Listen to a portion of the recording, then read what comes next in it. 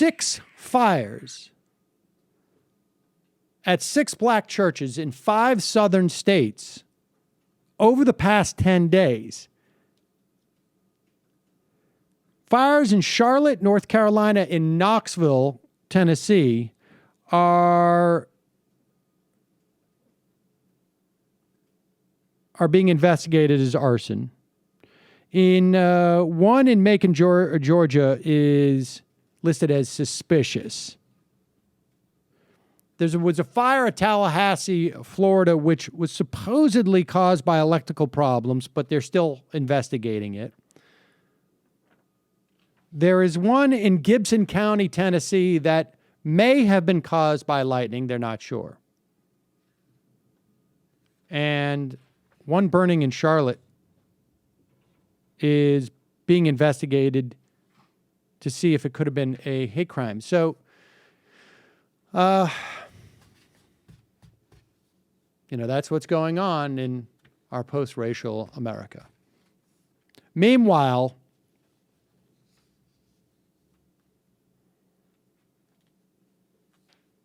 I can't even remember his name now. King. The guy who was supporting of IRA terrorists, Peter King.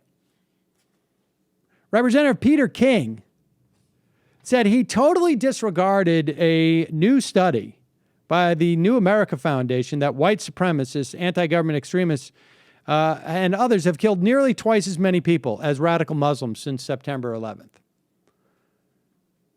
Every murder is horrible, King mumbled on ABC's This Week. There is no comparison between these white supremacists and an internationally coordinated movement, which, if the attacks were not stopped, we could have thousands and thousands of deaths. I mean, look, the bottom line is even this white supremacist threat, it is overstated.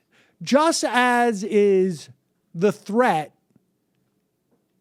of ISIS lone wolves and terror cells in this country is overstated.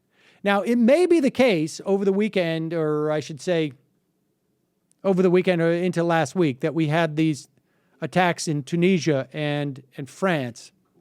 And where was the third one? In Kuwait. In Kuwait. But let's be honest. In Iraq, we have Shiite churches, mosques blown up with some regularity, right? The issue here is less the size of these attacks and the response of these governments. And it's always the issue. The existential threat here is minimal. It's just simply a case of how the governments are going to react. I got no problem with the idea of saying that the threat from white supremacists in terms of terror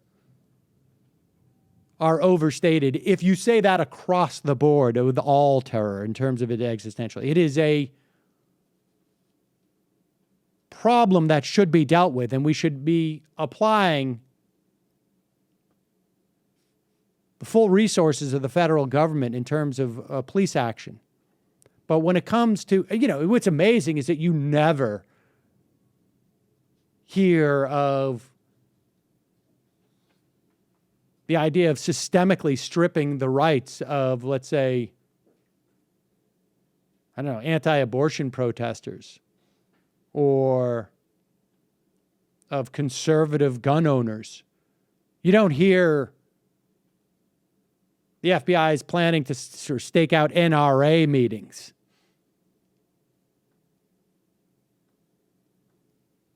In response to this stuff, and nor should they. But I think that's the point.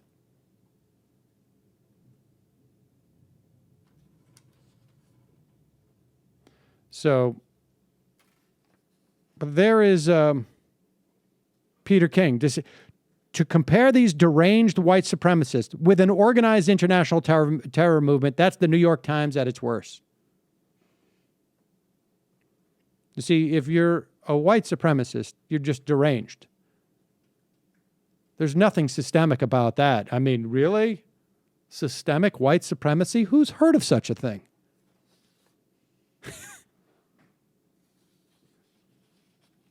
Unbelievable. Really unbelievable.